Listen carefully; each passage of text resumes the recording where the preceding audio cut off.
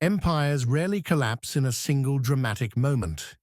They do not always fall when enemy armies break through their walls or when cities are burned to the ground.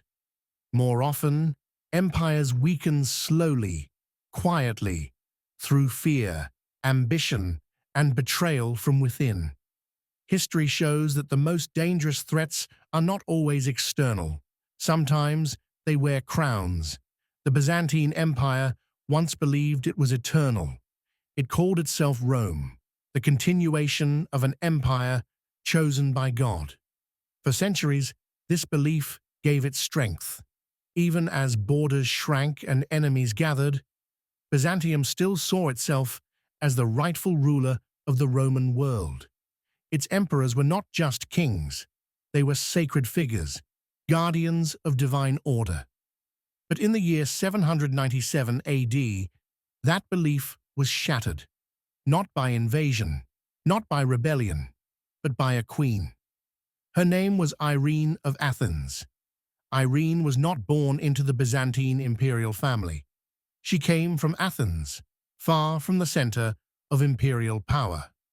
Her rise was not guaranteed by bloodline, but by intelligence, ambition, and careful political calculation.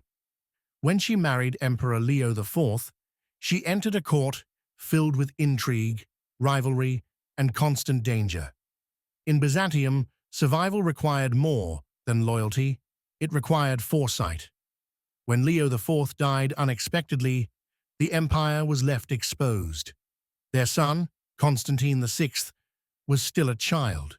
Someone had to rule in his place, and that responsibility fell to Irene. At first, she ruled as regent, governing in her son's name. Officially, Constantine was emperor.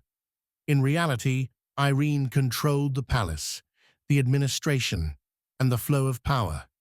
Years passed, and Constantine grew older. With age came expectation. The army wanted a strong ruler who could lead in battle.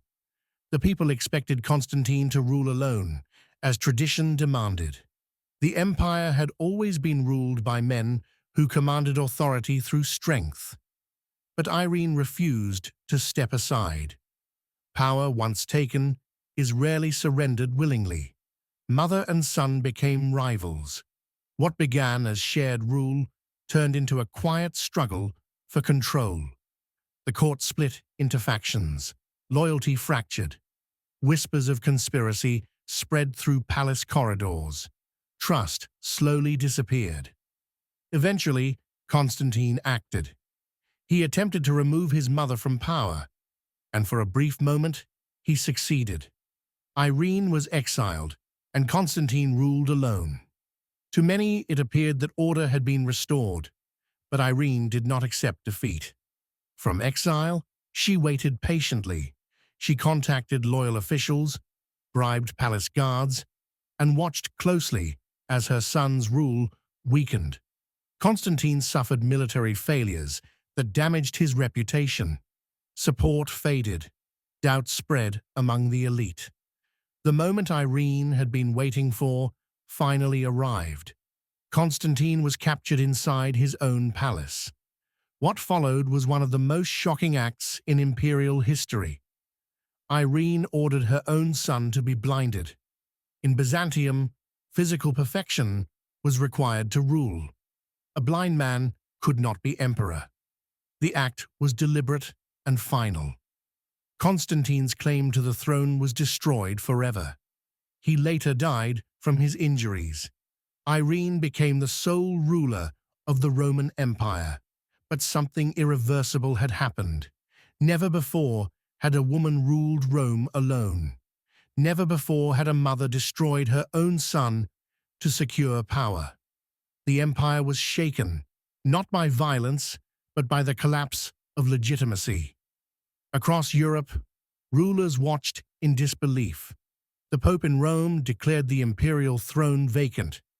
In his eyes, Irene's rule was illegitimate. A woman, especially one who had taken power through betrayal, could not be the rightful Roman emperor. And so, in the year 800 AD, A new emperor was crowned, Charlemagne. With that act, the Roman world was split forever. East and West no longer recognized each other. What had once been a unified Roman Empire was now divided between Byzantium and the newly crowned Holy Roman Empire. Byzantium did not collapse overnight. Its walls still stood, its armies still marched. But its authority was weakened, its unity was broken, its claim to universal rule was lost.